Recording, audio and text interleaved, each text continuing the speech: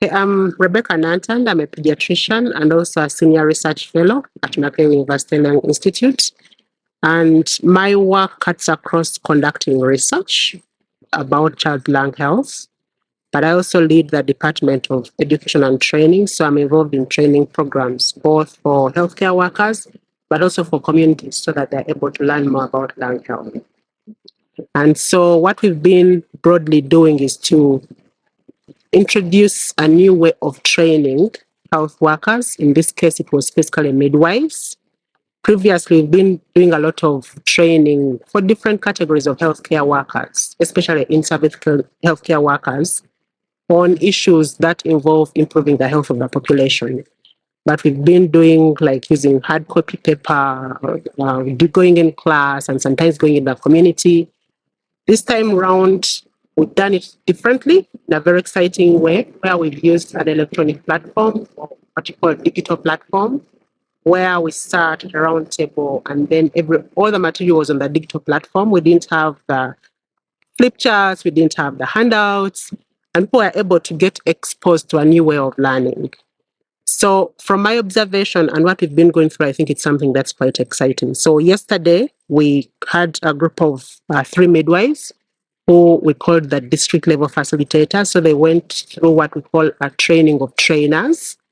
So that was very exciting. And then within a short time, I think less than 24 hours, today, we called another group of midwives, the 10 midwives from different primary care facilities within Jinja district. So the people we trained yesterday now had to train their fellow midwives. You can imagine having to deliver a training after being trained just less than 24 hours ago. But it was quite exciting to see that they really conducted the workshop, but the training quite well. They interacted and they seem excited about the way of training. But Sister, you had something to share with us. I thought that would be true and peace.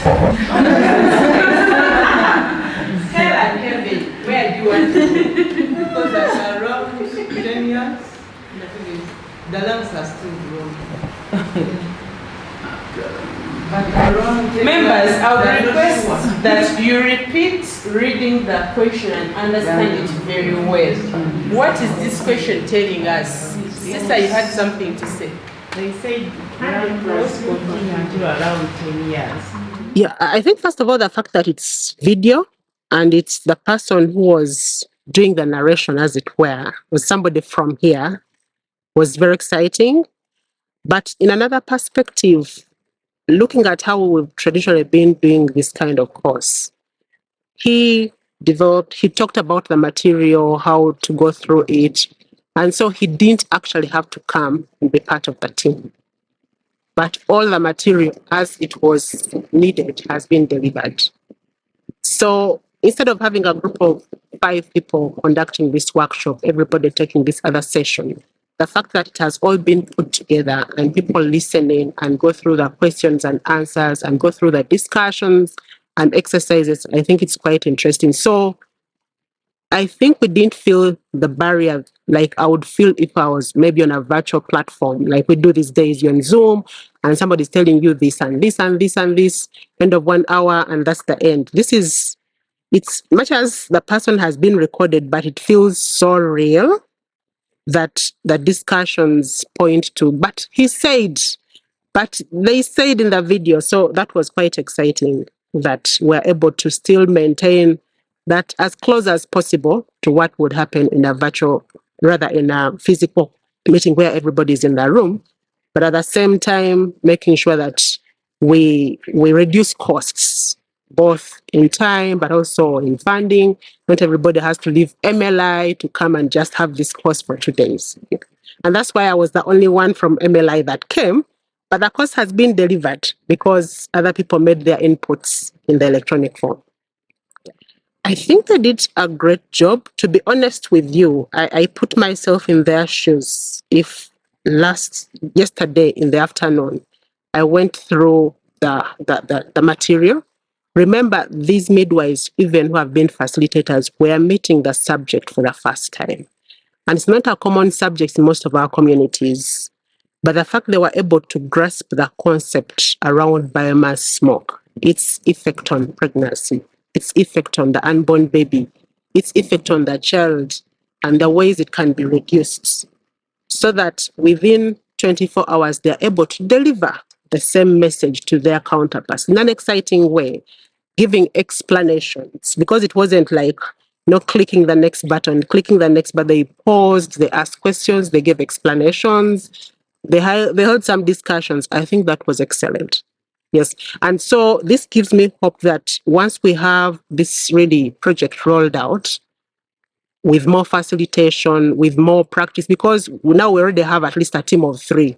The more they'll do more of this, then it's going to be really just perfection. And they'll even be able to be involved in the training of other trainers.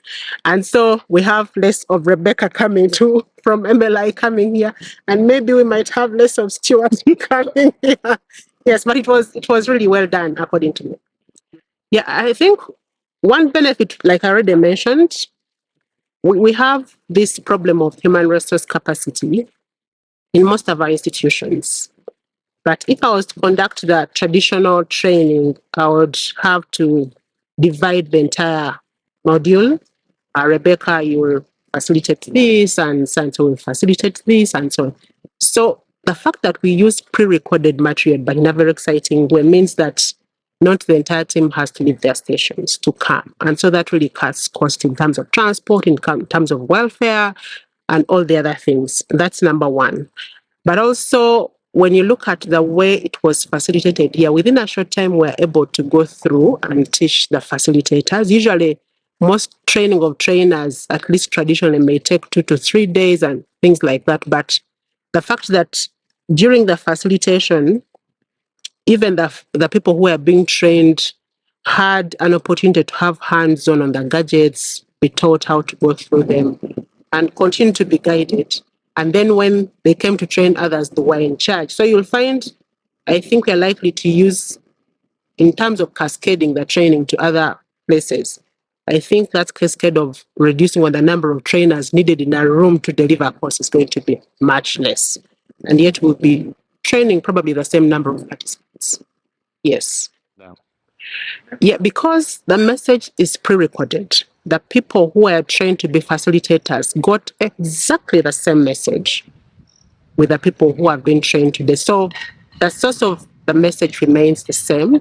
It's the person delivering it that changes. And so that is very helpful because it maintains consistency of the messages that are being delivered, what might come up, other questions, and then the clarifications. But yes, I agree with you. As I train maybe the trainers at district level using the traditional method, even when they are hard copy guidelines, when they go to train, it's something. But from this TeachBox, everybody listens from the same expert. And so that helps to really keep the message as it is intended to be throughout the different levels of training. So I think this is an innovative way of making sure that we train people at low costs. Many times training budgets are difficult to come by, but if you can have, even with a small budget, do so much work because of the method that is being used, I think that's very, very helpful. And for this particular topic where there is still lack of knowledge or lack of awareness in many communities, even amongst health workers, if we can find a way of really making sure that we do more of this work, I believe it will be a very great way of reaching many people within a shorter time, but also very important, using less resources, both in terms of human resource, but also in terms of financing. So I would love to see this program or this approach being continued. It can be more in Ginger District, but of course, biomass smoke is not only in Ginger District. I think it would be very helpful if we can spread it out nationwide. Yeah. And in addition, using this particular approach, an innovative program, I think it will come with reaching so many people and getting so many gains at the end of it all. So my appeal would be if really we can think through this and be able to fund this program, that would be really, really very good in terms of preventing lung diseases and other diseases, but also ensuring that people even before you are born, you're already on a good trajectory in terms of your health. I think the last bit is to thank Stuart and Lucy. I know we've been at this some time. Let's do this. We've planned this for some time, and it's working out, it's not working out. But I'm excited that finally we've been actually able to deliver this program today and yesterday. And it's being implemented, I think, in Uganda in lung health for the first time for the midwives. I know there are other aspects that have been touched with doctors and what, but this was a special group of people, I think. But we're also delivering it on this topic for the first time. It's a topic that is not very familiar with many people. And so the fact that we've reached where we have reached, I think is very exciting. So I want to thank everybody who has been participating, the UK team, the MLI team, the people in the background that has made it possible that we come here. But a special thank you to Sister Jean Mirembe at the district. She did all the mobilization, not only for the midwives, but ensuring that our welfare here is well taken care of, and other materials which we needed are brought. I really want to give her special thanks. And really the interest she has shown